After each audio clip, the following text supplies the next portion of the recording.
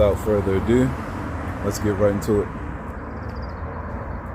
Michigan, where we've learned that the man who packed with explosives into a school has family ties to Hezbollah, that Iran-backed militant group in Lebanon. We have two reports from Michigan this evening. We're going to begin with CBS News correspondent Jonah Kaplan outside Temple, Israel in West Bloomfield. Jonah, good evening. Tony, good evening. Temple, Israel, it's one of the biggest synagogues in America, and it's not just a house of worship. There's also a preschool, a kindergarten. Tonight, all the congregants, the members, the staff, the clergy, the students, the teachers, everyone's safe physically. But this attack has left the community feeling both rattled and resilient. Investigators are still sifting through the damage and collecting evidence from Thursday's attack on Temple, Israel. Staff member Cassie Cohen was working inside when a truck packed with explosive materials rammed into the building. I can't get out of my mind the sound of the car crashing and then the gunfire. On Friday, federal agents raided the Dearborn Heights home of 41-year-old Ayman Mohammed Ghazali, a Lebanese-born American citizen identified by investigators as the suspect. The FBI now reporting Ghazali exchanged gunfire with Temple security, but he died from a self-inflicted gunshot wound to the head.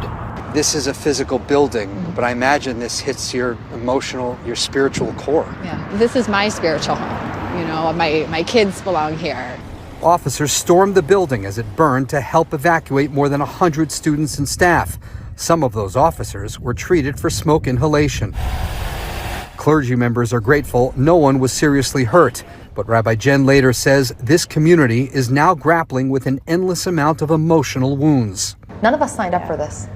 This was not the feeling in America when we became rabbis. Just 2 months ago, the FBI's Detroit office led an active shooter response training for Temple Israel staff and clergy. Many here crediting that training for saving lives. What is the message? This is a shame. This whole situation is a shame. The whole situation. I made another video before, not too long ago, about the trouble going on over in Iran, the conflict.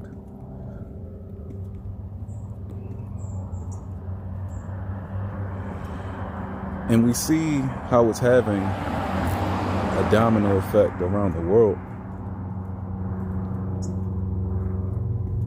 It's not good. It's not good in any way, shape, or form.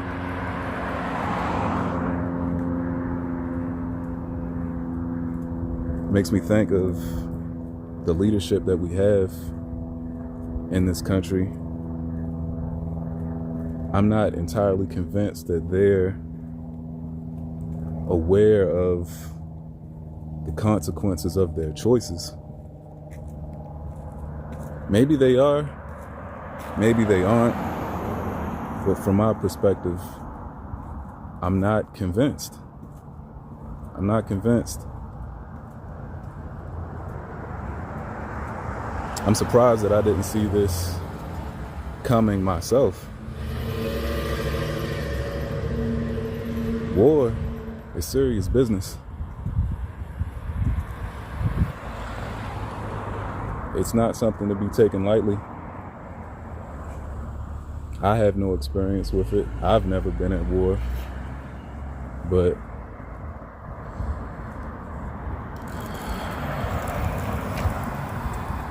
again, I just wish things were different, because now we're in a predicament where there's no telling what may happen, what may pop off here now. There are signs of aggression popping up on American territory, all because of what's going on over there. It's something, in my opinion, something that should not be going on. But this is the hand we've been dealt. This is where we're at currently, here, March 2026. I wish it weren't so. I wish it weren't so. And again, as I said before, previously, it makes me wonder where we're at as a society. You saw in the video how they were talking about the rabbis that did crisis training just in case something crazy were to happen. And sure enough, something crazy happened, and that training paid off.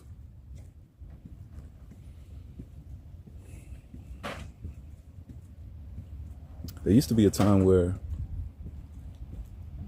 schools, colleges, places of education, places of betterment, religious institutions were regarded as safe spaces, safe places, at least in this country. And that doesn't seem to be the case anymore. If anything, those places seem to be among the top targets, which is so backwards to me, in my opinion.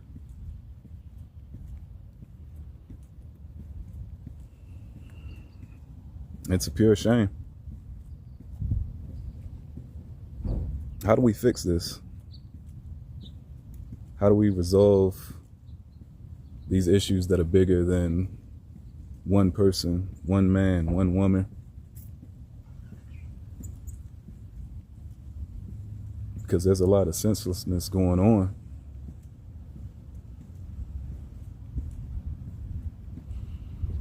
I saw earlier today that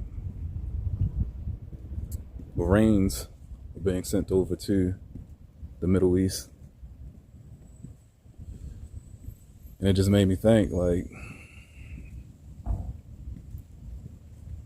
this is getting worse. It's getting worse, not better, despite what we're being told, despite the,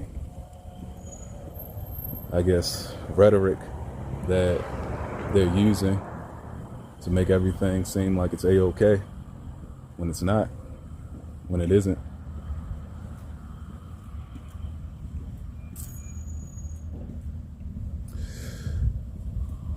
But I won't talk your ear off. These are just my observations concerning what's going on. My prayers go out to the individuals who are, one, being afflicted over across the water. The innocent people, that is. Let me clarify. The people who have nothing to do with anything. My prayers go out to the individuals in this particular situation who were fortunate enough to escape with their lives, but are surely rattled by the experience. I'd like to hear your thoughts. Maybe you have a solution. Maybe you have a complaint. Be sure to leave a comment below. Like and subscribe for more content like this, and also content of a lighter tone as well. Peace.